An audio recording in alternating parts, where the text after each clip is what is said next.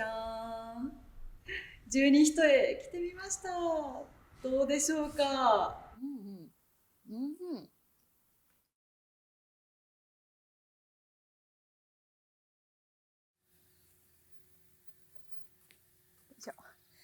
皆さんこんにちは。元自衛官のタレントの飾りです。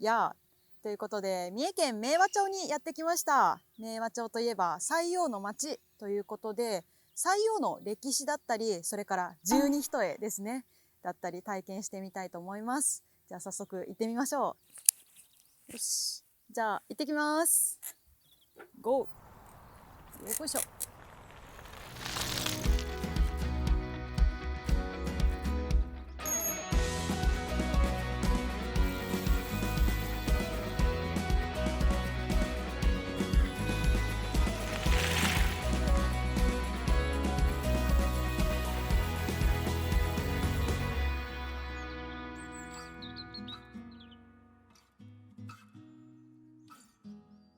はじめまして、こんにちは。こんにちは。元自衛官のタレントの飾りと申します。西空歴史博物館学芸員の天野と申します。よろしくお願いします。よろしくお願いします。それではね、これから中の方ご案内したいと思いますので、はい、中へお進みください。はい、ありがとうございます。失礼します。お願いします。じゃあこちらへどうぞ。はい、お願いします。おお、すごい。広い。かっこいい。この博物館はですね、西空跡という遺跡に建てられた博物館です。今から約50年以上前ですねにこの辺りで発掘調査が始まりまして、昔の西空の様子がどんどん分かってきたということで、この博物館ではいろんな昔の歴史の資料から分かってくる西空の様子を模型ですとか映像ですとかそういったもので紹介する博物館です。それでは順番に見ていきましょうか。いや、もう気になるものばっかりです。ぜひ教えてください。はい、よろしくお願いします。何かやってますよ。はい、こちらはこれ西洋のお部屋居室を再現した模型になります。西洋はどちらでしょうか。西洋は奥かな。そうですね。奥にいるのが西洋。手前にいるのは西洋のお世話をしている女官というそういうね想定なんですけれども、手前にいるこの女官の人が着ている着物ですね。綺麗。これどういう着物かわかりますか。すごく豪華。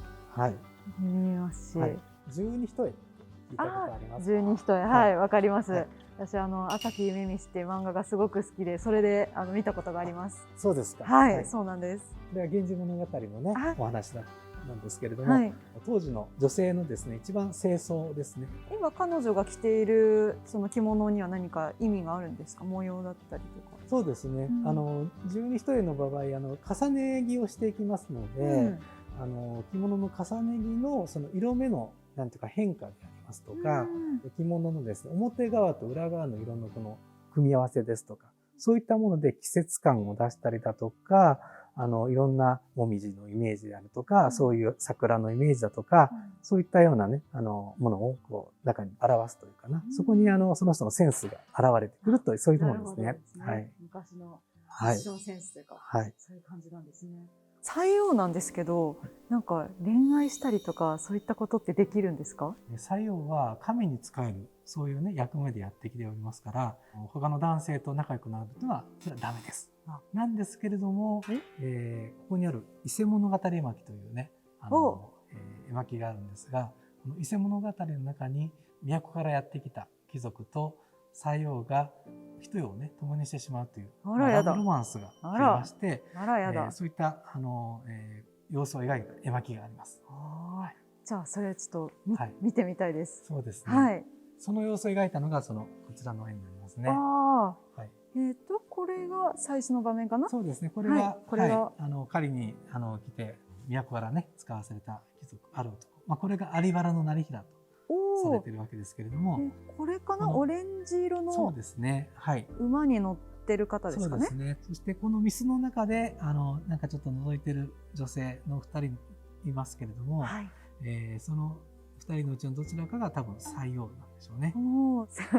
様子を伺ってます。そうですね。そして場面が変わって、西洋に会いたいなと思っている男の部屋にですね、夜西洋が大胆にも訪ねてやってきてしまうと。そういう話になります。なんて大胆な。西洋が男性の元を訪ねてしまう。そうなんです。ええ。で2人は朝まで一緒に過ごしているあらというようなねことになっております。あら大胆ですね。はい、そして2日目のね晩もまた会おうと約束するんですけれども、はい。都から来たね天皇のお使い、ね、おもてなしをしなきゃいけないよということで、西空領の長官で伊勢の神を兼ねた人だったんですが、その人が宴会を開くんですね。あら、じゃああれですね、ね、仕事の付き合いの飲み会で、そうですね、飲み会で、ね、最後に会えなくなったってことですよね。寂しい。寂しい話ですね。そんな。そしてもうその次の晩ですね、朝はもう次の不妊地に男が旅立っていくっていう、そういうストーリーなんですね。ああ、そうなんですね。じゃあ結構これバッドエンドというかちょっとかわいそうな話ですよね。はい。これはね、本当西洋の恋をね物語る一つのねエピソードですね。ちょっと切ない気持ちになりました。本当はだからこういうことあっちゃいけないね。だから物語にもなるんでしょうね。はい。そうですね。はい。そういうことでした。面白い。はい。ということで来ました。ここは。はい。はい。これは昔の西空の道を再現した道路なんですけれども、どうですか？広い、すごい広いですよね。こんな広かったんですか、道路って。はい。車も今の車もね十分にすれ違うこともできるぐらいの広い道路なんですね。東京の道路の100倍広い。そうですか。はい。でこの道路はどんな道路かと言いますと、方角街区といって西空平安時代にですね西空の5番目状の地割りがね行われたわけですけれども、京都みたいなそうですね。はい。その地割りを区画する道路ということで、とてもこういう広い道路がね走っていたわけなんですね。はい。そうか、道路で区画を仕切っていたっていうことですよね。そうですね。はい。で今からねご案内するのは西空平安の森っていうね森になります。平安の森。はい。何があるんでしょう。はい。まずは入ってみましょうか。はい、行ってみます。お願いします。おお、すごい建物がいっぱいありますね。見えてきましたね。はい。すごい。で、これはどれがなんていう建物ですか？はい。南向きに立っている建物。あれが正殿、正しい殿と書いて正殿というんですけれども、中心の建物ですね。そして両側に東の脇殿、西の脇殿というのが建てられている様子がわかるんじゃないかなというふうに思います。ああ、なるほど。住む場所ではなくてオフィスというか職場っていう感じなんですかね。お役所ですね。はい。そうなんですね。でここでいろんな儀式だとかそういったものをやったんじゃないかなというふうに考えているところですね。なるほど。ではそれではね正殿の方に入っていってみましょう。正殿。一番なんかこう、強そうというか、なんか威厳を感じますね。そうですか。はい。すごい。天井が高い。はい。この平安の森に再現した建物は800年代のに建てられたものということで、西空の方角街区が最もですね整って盛んだった時代ですね。その頃に相当する建物になりますね。はい。向こうの建物に比べてね、少しどうですか、床の高さはどうですか？高い感じがします。そうですね。ちょっとなんか他のものを見下ろすじゃないですけど、そんな感じがします。そうですね。だからここに西空の長官がここにやってきて、多分この庭のところにね西空の例えば役人が勢ぞろいして、さっき VR で見た、そうですね。はい。なんか儀式だとか今で言ったら集会みたいな感じかな。そういったものが行われたんじゃないかなというふうに思います。ちょっと西空領の長官になったつもりで。はい。ちょっとなんか偉くなったような気分になりますね。皆のものよう集まったっていう感じでね。はい。そういうね雰囲気をねちょっと味わっていただければと思います。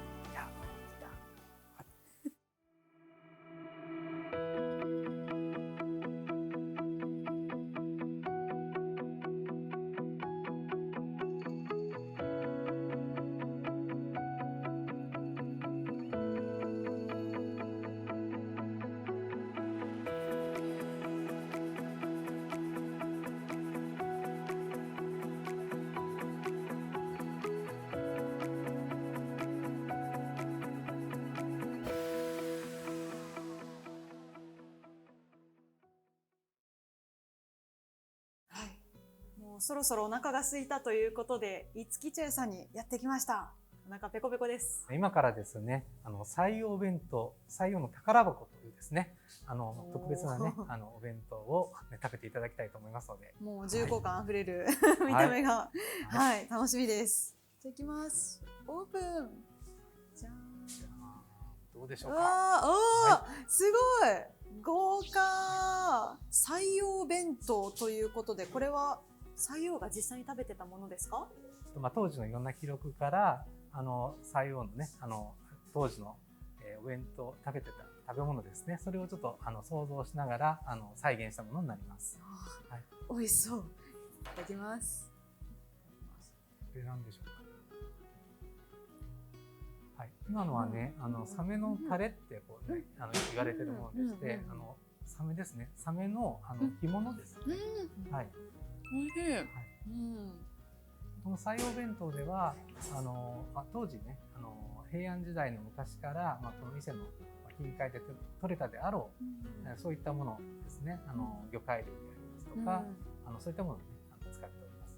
はい、なんかすごく三重県の海の幸も入ってるし、山の幸も入ってるし、すごい美味しいですね。なんかずっと食べちゃいそう。いやー美味しい。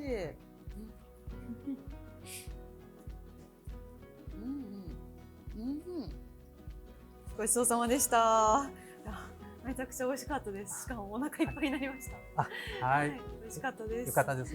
そして最後は、はい、12一重ね、試着してもらいます。ついに12一重が着れるんですね。そうですね。楽しみです。はい、行きましょう。はい、それじゃあ行きましょうか。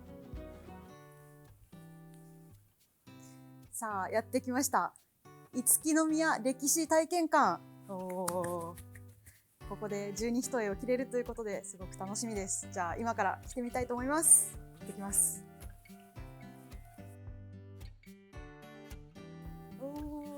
あ、おみこしがある。はじめまして、元自衛官のタレントの飾りと申します。よろしくお願いします。袴とか大学の卒業式以来かもしれない。じゃん。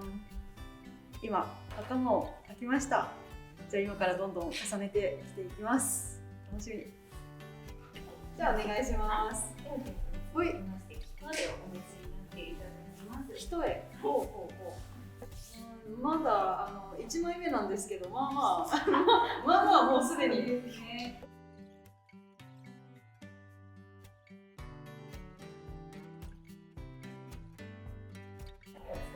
ありがとうございました。属女性の清掃11人をお召しになっていただきました。ありがとうございます。じゃーん。12一重着てみました。どうでしょうか。重みがすごい。重みがすごいです。なんだろう、なんかね、自衛隊の装備品の重みとはまた違う感じの重みですね。一部分にずっしりと重みがきます。でもすごい色鮮やかですごい素敵です。なんか着ていてすごくテンションが上がります。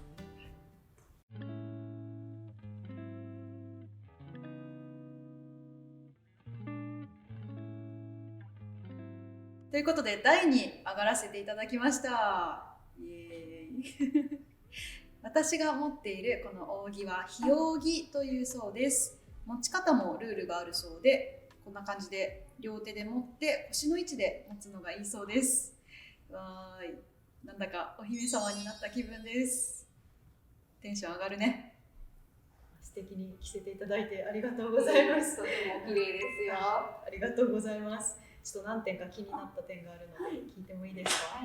なんか季節とかによって色を変えたりとかもするんですか？そうですね。特にあります他の装束もそれぞれ重ねの色が違いますので、冬ですともう一つ青があるんですけども、そちらはですね、五つ木の方は梅重ねとなっております。梅重ね。はい。ありがとうございます。この扇、檜扇は何のために使うものなんですか？本来はですね、きらびやかな方を自分側に向けて、これ自分側なんですか？そうです。なのでご自身で楽しんでいただいて、隠すときにこの柄がきらびやかな方を自分の方に向けて、そうなんですね。面白い。こう隠すんじゃなくてこうやって隠すんだ。そうなんです。なのでこう相手側にはちょっとシンプルな顔ですねが見えるという。そうなんですね。はい、そうなん面です。白い。知らなかったです。重くはないです。重いですね。結構。許可の消毒はだいたい10キロ。10キロ。でおります。10キロか。そしたらだいたい自衛隊の装備とあんまりかくらいはあるかな。そうかもしれないですね。でも自衛隊の装備は訓練の時はつけるけど普段は外すので大変な訓練と同じですね。すごいです。はい、ということで十二単の体験させていただきました。楽しかったです。いや細工のね、いろいろな歴史も学べたし、すごい楽しかったです。ぜひ細工跡のある明和町に皆さんも遊びに来てください。それではまた次回の動画でお会いしましょう。バイバーイ。